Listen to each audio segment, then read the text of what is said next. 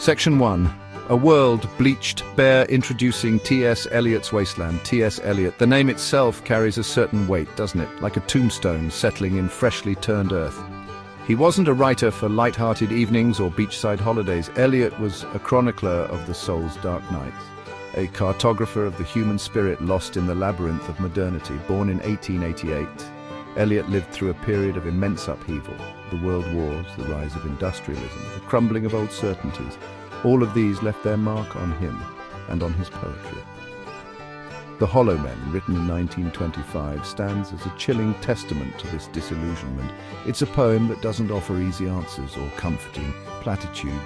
Instead, it descends into the heart of despair, forcing us to confront the hollowness that can fester within us all. But here's the thing about darkness. It demands to be explored. It's in the shadows that we often find the most profound truths about ourselves and the world around us. Eliot understood this. He wasn't afraid to delve into the abyss, to give voice to the anxieties and uncertainties that plague the human condition. And so we find ourselves standing at the edge of the Hollow Men, a desolate landscape of whispers and shadows. It's not a journey for the faint of heart, but it's a necessary one, because sometimes the only way to find light is to first wander through the darkness. Section 2, Whispers of Emptiness, Journey Through the Hollow Men.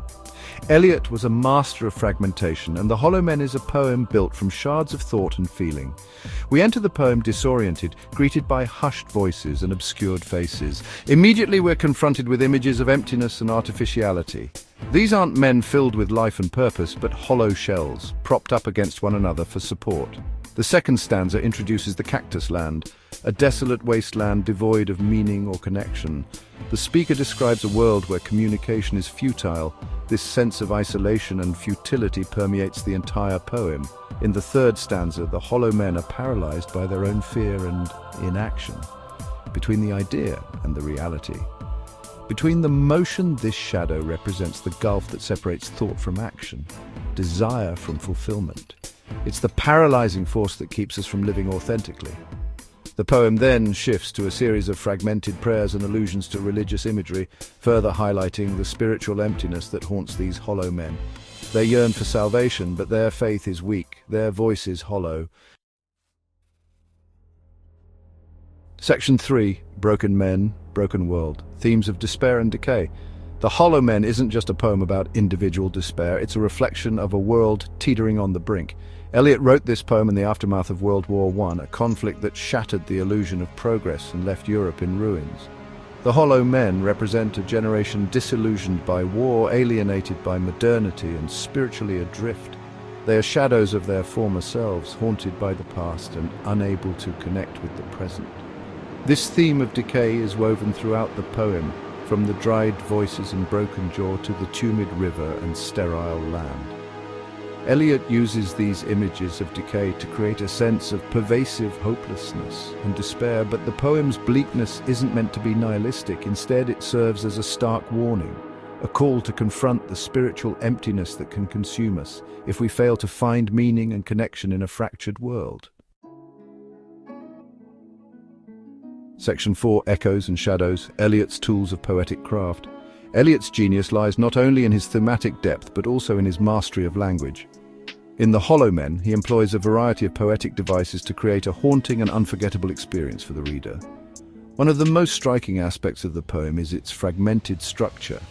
The stanzas are short and irregular, reflecting the fragmented thoughts and experiences of the Hollow Men. This fragmented style also mirrors the breakdown of language and communication in a post-war world. Eliot also makes extensive use of repetition and refrain. Phrases like "we are the hollow men" and "falls the shadow" echo throughout the poem, emphasizing the themes of emptiness and paralysis. These repeated phrases create a sense of ritualistic chanting, adding to the poem's haunting atmosphere. Symbolism is another key element of Eliot's craft. The hollow men themselves are symbolic of modern man, emptied of meaning and purpose. The cactus land represents a spiritually barren wasteland, while the shadow signifies the forces that prevent us from living authentic lives. Through these poetic devices, Eliot transforms language into a powerful tool for exploring the darkest corners of the human experience. Section 5. A Prayer for the Lost Conclusion. The Hollow Men is not a poem that offers easy answers or comforting resolutions. It's a descent into the heart of despair, a stark confrontation with the hollowness that can fester within individuals and societies. Eliot's masterpiece stands as a testament to the disillusionment of a generation scarred by war and alienated by modernity. The fragmented structure, haunting imagery, and repetitive phrases all contribute to the poem's overall sense of fragmentation and decay. Yet, amidst the desolation, a glimmer of hope emerges. The poem's closing lines, fragmented and ambiguous as they may be, suggest a yearning for something more. Is this a final acceptance of defeat or a desperate plea for something to interrupt the slow, agonizing decline? The answer perhaps lies within each reader. The Hollow Men challenges us to confront the emptiness within ourselves and the world around us. It's a reminder that meaning and purpose are not given but created, and that the fight against despair is an ongoing struggle, one that demands our constant attention and engagement.